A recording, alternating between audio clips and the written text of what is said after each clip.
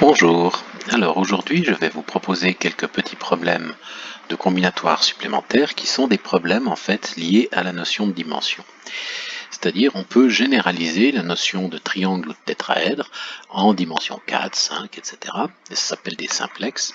On peut aussi généraliser la notion de carré, de cube, pour obtenir le tesseract en dimension 4, le pentaseract en dimension 5 ou le n cube ou n hypercube en dimension quelconque. Donc ces objets nous permettent justement de comprendre ces espaces de dimension plus grande que 3, ces espaces dont on n'a pas l'habitude, et pour ça il faudrait déjà être capable de compter combien ils ont de sommets, combien ils ont d'arêtes, combien ils ont de faces, d'hyperfaces, etc. Alors on va avoir besoin pour cela de la notion d'enveloppe convexe. Alors l'enveloppe convexe d'un ensemble de points, c'est juste le plus petit ensemble convexe qui contient tous ces points. Alors en général, pour un 3 points dans le plan, ça nous donne un triangle, l'enveloppe convexe, un triangle plein. Et s'ils ne sont pas alignés, s'ils sont alignés, ça donnerait un segment. Et de façon générale, un convexe, c'est quelque chose dont on prend 2 points dans l'ensemble, le segment qui les relie est encore dans l'ensemble. C'est ça la définition d'un convexe. Donc c'est le plus petit convexe possible, c'est l'enveloppe convexe des points. Alors pour le simplexe, on prend un point, et ça c'est le 0 simplexe. Pour le 1 simplexe, on ajoute un point qui est différent du précédent. L'enveloppe convexe, c'est donc un segment. Pour le 2 simplexe, on ajoute un point qui n'est pas aligné avec les précédents. L'enveloppe convexe nous donne un triangle plein, il est plein à l'intérieur. Pour le 3 simplexe, on ajoute un point qui n'est pas coplanaire au triangle, et donc on est en dimension 3 maintenant, et on obtient un tétraèdre plein. Et puis ici, on a encore représenté le 4 simplexe, et ce point-là n'est pas en dimension 3, il est dans la 4e dimension. Alors, une autre façon de voir ça, c'est de préciser un peu quels sont les points.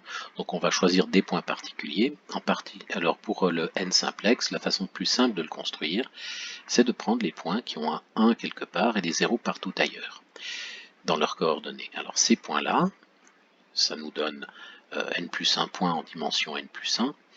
L'enveloppe convexe va être un objet de dimension n, donc 3 points en dimension 3, si on prend l'enveloppe convexe, ça va nous donner un triangle, et cet objet qui sera donc le n simplexe.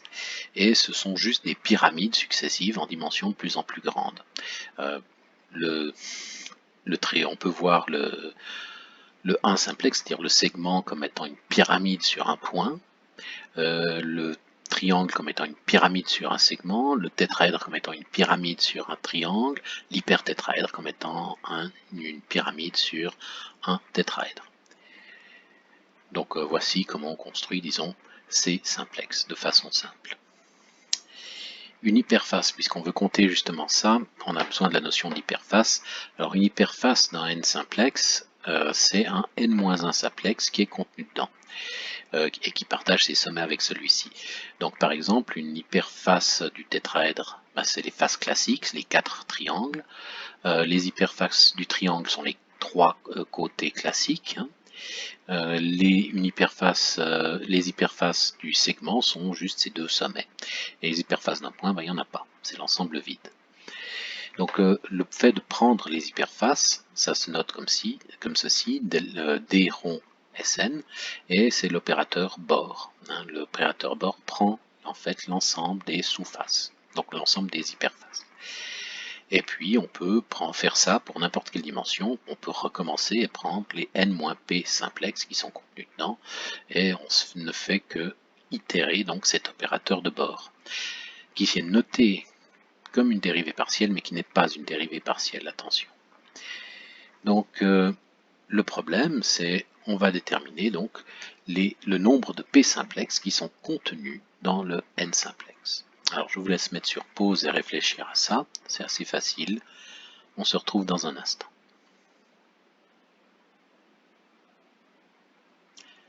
Alors ma version de résolution de ce problème-là, en fait, est extrêmement facile, vous verrez. on peut d'abord faire des essais pour essayer de déterminer ce qui se passe, hein.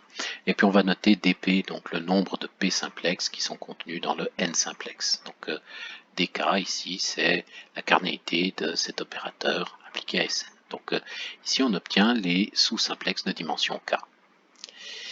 Alors pour les simplex, hein, le sous-simplex, le simplex de dimension 0, donc le point ne contient que lui-même en dimension 0 et rien d'autre. En dimension 1, il y a 2 points, une arête. Ensuite pour le triangle, 3 sommets, 3 côtés et lui-même. Pour le tétraèdre, 4 sommets, 6 arêtes, 4 faces et lui-même le tétraèdre plein. Donc on commence à reconnaître les petites choses ici, hein, et ça, si on ajoutait un 1 un peu au-dessus, sur une ligne imaginaire au-dessus, on obtiendrait 1, 1, 1, 2, 1, 1, 3, 3, 1, 1, 4, 6, 4, 1. Donc on a une bonne hypothèse que ceux-ci en fait sont des coefficients binomiaux. Alors essayons de réfléchir. Pourquoi? Si on prend un P simplex de Sn, c'est l'enveloppe convexe de P plus 1 éléments de cet ensemble-là, de cet ensemble de points ici.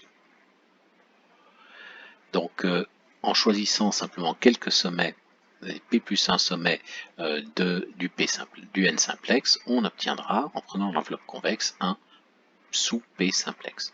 Donc en fait, le nombre de P simplex, c'est juste le nombre de façons de choisir P plus 1 élément parmi les N plus 1 sommets du N simplex. Voilà, donc ce problème est résolu, il est assez simple.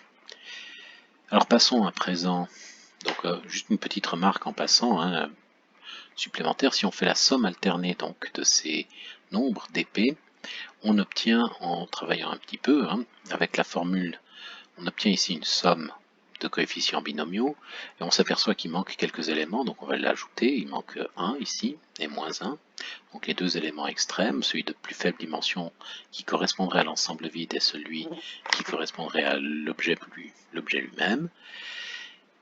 Et en complétant ça, on obtient ici quelque chose qui ressemble à la formule du binôme de Newton. Et là, c'est en fait 1 moins 1 puissance quelque chose, donc c'est 0. Et donc on obtient que la somme alternée de tous ces nombres de sous-simplex, c'est 1 moins 1 puissance n. Et ça, c'est ce qu'on appelle la caractéristique de l'air en dimension quelconque. Alors passons à présent aux généralisations du cube, qu'on appelle n cube en général. Alors le cube, il est construit de la façon suivante. En fait, le simplex est construit comme une succession de pyramides et le cube, le n cube, est construit comme une succession de prismes. Donc on part d'un point et on va pousser ce point dans une direction et prendre l'enveloppe convexe. Ça va nous donner un segment. Donc pour l'instant, c'est comme le simplex. Ça va changer tout de suite. On prend ce segment, on le pousse dans une nouvelle direction, on prend l'enveloppe convexe et on obtient un carré. On prend notre carré, on le pousse dans une troisième dimension, on prend l'enveloppe convexe et on obtient un cube. Et on peut continuer comme ceci et obtenir par exemple ici un hypercube. Ou la quatrième dimension, par exemple ici, ce serait la couleur. Donc le 0 cube est un point, le 1 cube est un segment, le 2 cube un carré plein, hein, le 3 cube un cube plein, etc. Donc le n cube en général, c'est l'enveloppe convexe en fait de cet ensemble-là. Alors c'est un peu difficile de voir, c'est une notation mathématique pour quelque chose de très simple en fait. Le 0 cube s'obtient comme l'enveloppe convexe de l'ensemble vide, hein. Donc on est en dimension 0, donc c'est juste le point. Pour le segment, en fait, c'est ce qui relie le point moins 1 au point 1. Pour le carré, alors là ça commence à devenir lisible. On prend les sommets moins 1, moins 1, moins 1, 1, 1, moins 1 et 1, 1. On prend l'enveloppe comme convexe de ça et on obtient un carré qui serait ici d'arête 2. Hein. Et la même chose pour le cube, on prend les points de coordonnées moins 1, moins 1, moins 1, moins 1, 1, moins 1, 1, moins 1, moins 1, 1, 1, moins 1, etc. Toutes les alternances de signes possibles, on choisit tous les signes possibles. Il n'y a que des 1, il n'y a que des plus ou moins 1 partout en fait. Et en prenant l'enveloppe convexe, on obtient un cube. Donc maintenant, on va essayer de déterminer le nombre de sous-p cubes, donc cube de dimension p, contenu dans le n cube. Alors je vous laisse mettre sur pause et réfléchir.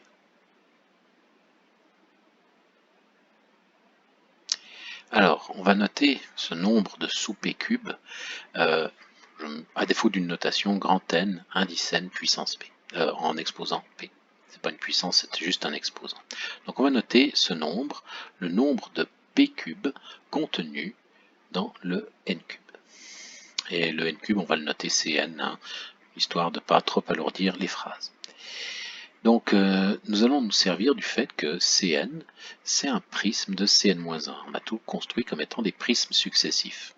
Donc le carré est construit à partir d'un segment, le cube à partir d'un carré, etc.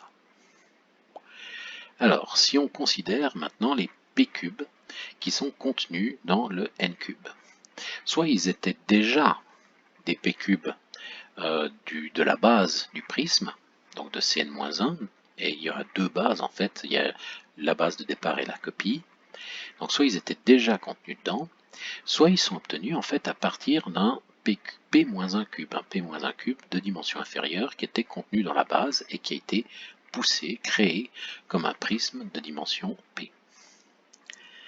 Donc en résumé, on obtient une relation de récurrence qui est celle-ci.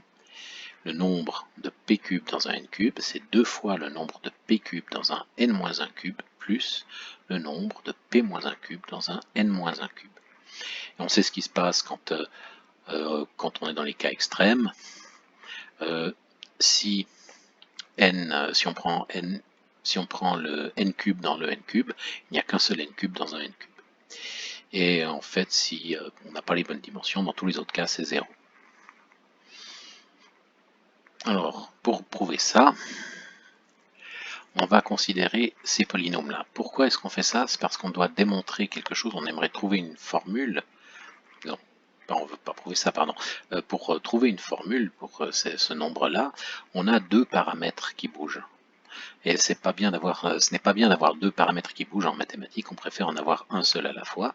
Donc ce qu'on peut faire, c'est qu'on peut mettre ensemble tous ces objets et considérer donc le polynôme qui ne dépendra cette fois plus que de n et qui fait la somme donc de ce nombre de sous k cube, hein, dans le n cube, multiplié par le monôme x puissance k. Donc on fait la somme de ceci et on va voir comment cette relation de récurrence se traduit sur ces polynômes. Alors, c'est pas très difficile, hein, on prend notre polynôme, on sait par récurrence qu'il y a cette formule-là, on peut casser ça en deux morceaux, et puis on obtient juste donc deux fois le même polynôme à peu de choses près. Il y a un facteur x en plus ici, il va falloir réadapter donc les indices de sommation, et en réadaptant les indices de sommation, on obtient au final que Pnx c'est 2 plus x fois Pn-1x. Donc ça c'est juste, disons, il faut suivre pas à pas. Donc je vous laisse mettre sur pause pour lire tranquillement ceci. Donc disons, je relis pour vous déjà. Donc notre polynôme, on utilise la formule de récurrence sur les coefficients. On sort le 2, on casse en deux sommes, ça c'est classique de le faire, de la casser en deux sommes. Maintenant on s'aperçoit qu'on n'a pas les mêmes indices que à l'origine, donc on essaye de remettre les mêmes indices. Alors pour ça, il va falloir décaler les sommations, donc remplacer par exemple k par k-1, etc. Ce qui nous donne ceci.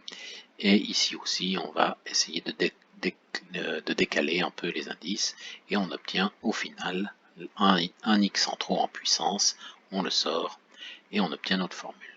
Donc je vous laisse mettre sur pause et tester. Alors, maintenant qu'on a ça, c'est extrêmement facile. On s'aperçoit donc P0, hein, c'est facile, ce sera 1. Il n'y a pas P0 de x, c'est 1.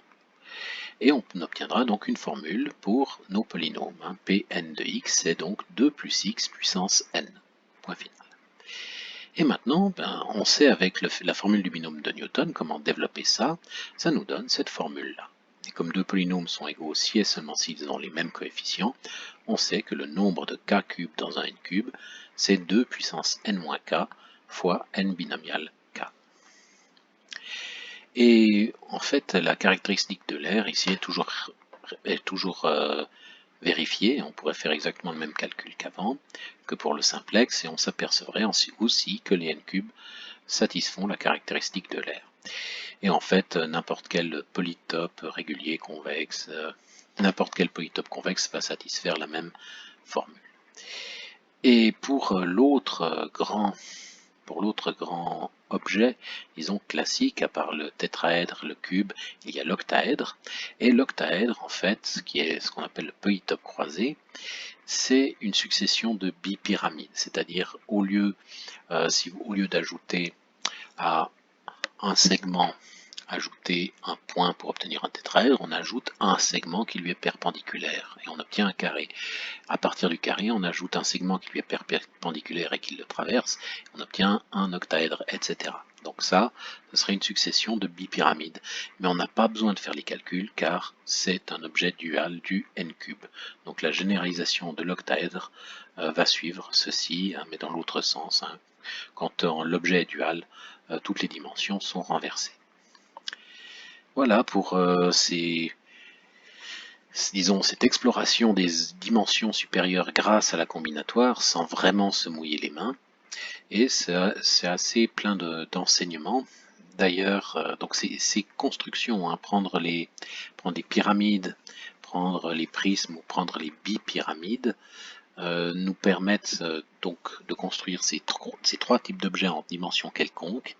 Et en dimension 4, il y a d'autres objets qui existent, et c'est juste un cas spécial parce qu'on a, si on applique la bipyramide par exemple sur un tétraèdre, on arrive à construire un objet qui est régulier, et donc il y a encore un objet régulier, disons, en dimension 4. Puis il y a d'autres choses de ce genre-là. Voilà, je vous souhaite une bonne journée, à bientôt.